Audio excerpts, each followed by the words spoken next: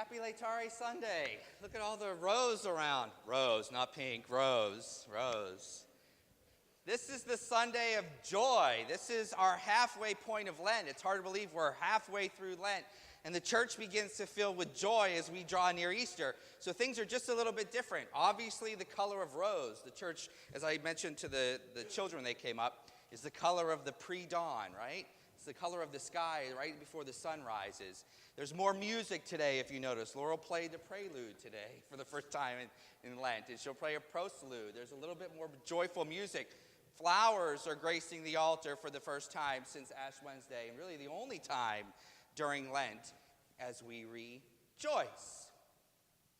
If you notice on the inside of your programs, I go into a little bit about why we call this Laetare Sunday. Laetare comes from the Latin word meaning to rejoice. The old introit, or the old beginning of today's liturgy, said Laetare. That's where we got this name from. Rejoice, Jerusalem. Be glad because of her, all you who love her. All you who are in sorrow, rejoice in her consolation. Rejoice. Notice the theme of rejoice, and also know the theme of Jerusalem. Why in the world are we talking about Jerusalem? It's Lent. Shouldn't we be talking about Lent stuff? Why Jerusalem? So we kind of talked about last week, millions of pilgrims are flooding now into Jerusalem during the time of Jesus. It was law that they came to Jerusalem to celebrate the Passover.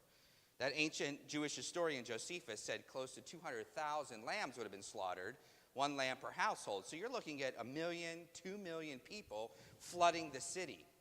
This was about the time, right before Passover, where people were beginning to flood into the city. Remember, there was no planes, trains, or automobiles back then. So to get to Jerusalem, you hoofed it, or you got on a donkey, and it was a long trip. It wasn't a couple hours, sometimes days, sometimes weeks, as they came into the city. If you notice on the front cover, there's a picture of pilgrims flooding into Jerusalem. This would have been about the time where they saw Jerusalem in the distance. They were near and they were closer to Passover, and they were closer to their destination. And the big thing that they would have saw would have been the temple. The temple would have loomed large over Jerusalem. The temple was something that would have filled them with joy. And as Psalm 122 says, they would have sang, "Let us go rejoicing into the house of the Lord." I'm going to knock my microphone off because I'm so filled with Laetare. Let us go rejoicing into the house of the Lord. When they saw the city, they would have been filled with joy. I always thought what was going through their minds when they saw Jerusalem. After their long trip to see the city, what would they have felt?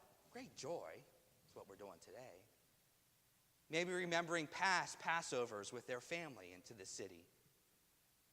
Maybe they would have saw the temple of the Lord and knew that his dwelling was there, and they would have been filled with joy that God was living among them.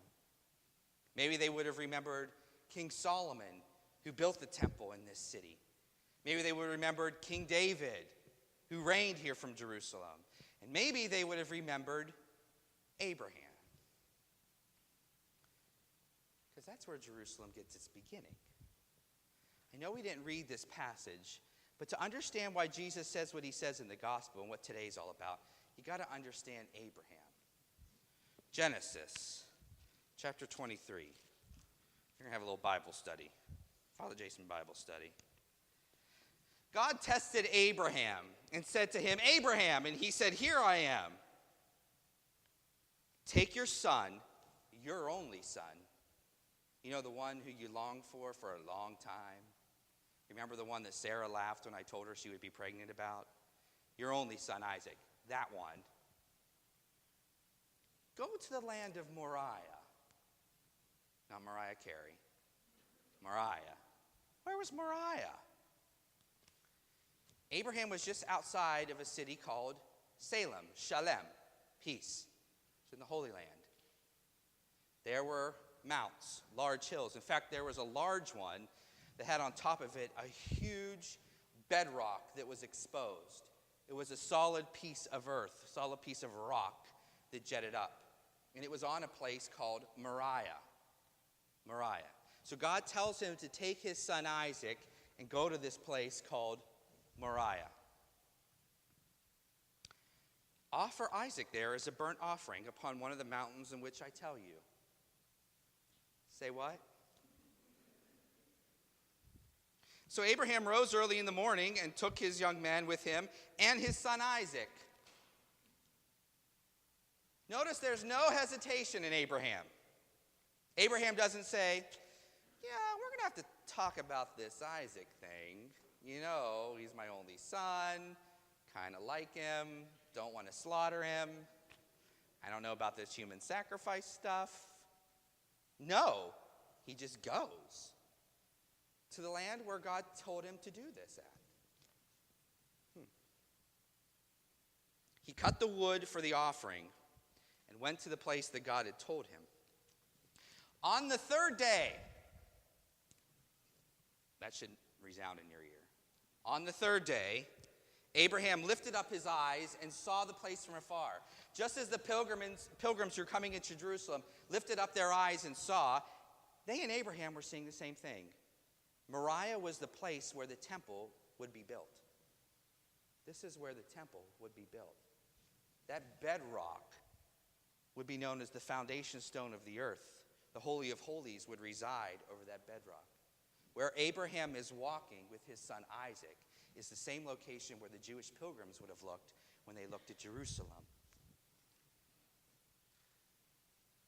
Abraham took the wood of the offering and laid it on Isaac, his son. He took in his hand the fire for the sacrifice and the knife, and both of them walked together. Abraham's walking to this mount, and next to him is his only son that he loves, carrying on his shoulders the wood of the offering. Ringing any bells yet? Then Isaac kind of gets a hint of what's coming. Dad? Yes. You got the fire, and I got the wood. Well, where's the lamb? And then Abraham says a prophecy. God will provide himself the lamb. God will provide himself the lamb. You know the rest of the story. Right there on that bedrock on Mount Moriah, he laid down the wood that was carried on Isaac's shoulders. There he laid Isaac, and just before he plunged the dagger, the angel calls out and says, "Nope. God recognizes your faith. You will be blessed. Your descendants will be blessed and will be as numerous as the sand on the seashore and the stars in the sky." Abraham then calls that place a name. God will provide the lamb. Yirah is the word provide in Hebrew. This offering takes place in Yirah Shalem, Jerusalem. That's where Jerusalem gets its name. That city is the place where God will provide the lamb. Now in this story, they look in the thicket and there is a ram. But what is God teaching us in this story? This happens really early in Genesis, and we've been really talking about Genesis this Lent and how we're trying to get back to the garden. We stepped away from the garden.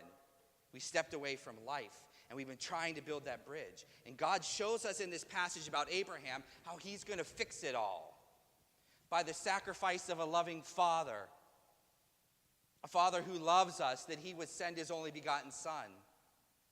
The people who are walking up to the city know that this was the place where Abraham would have sacrificed Isaac. They keep remembering the words of Abraham, that God himself will provide a lamb.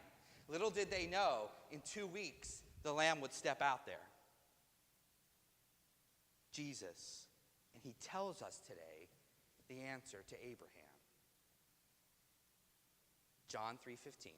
For God so loved the world, God the Father so loved the world, that he sent his only begotten son, who would carry the wood on his shoulders just like Isaac, but the wood of the cross, and would climb up in Jerusalem, where God would provide the lamb and open up his arms and give his life for the world.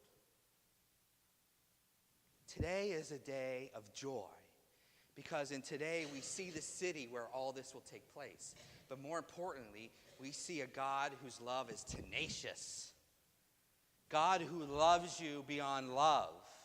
If you were the only sinner on this planet, God would send Christ to come to die for you, and Jesus would willingly do it. If you were the only one who was the sinner. That's how much you're loved, and that's how special you are in the eyes of God. We get to see the fulfillment of things that Abraham just dreamed about. You get to touch and be a part of the redemption that those pilgrims for so many years were looking up to Jerusalem, waiting to be fulfilled. That's why today's a Sunday of joy. That's why we have to rejoice. Not only because God loves us so much individually, but you get to celebrate that love, and you can actually consume that love when you come up to receive the Lamb in the Eucharist. If Abraham loved Isaac that much, how much more so does the Father love you?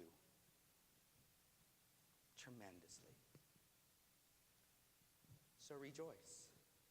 Today rejoice. All of your fasting for Lent, all of the good things that you've been doing, God is changing you from the inside so that you can be with him and love him forever.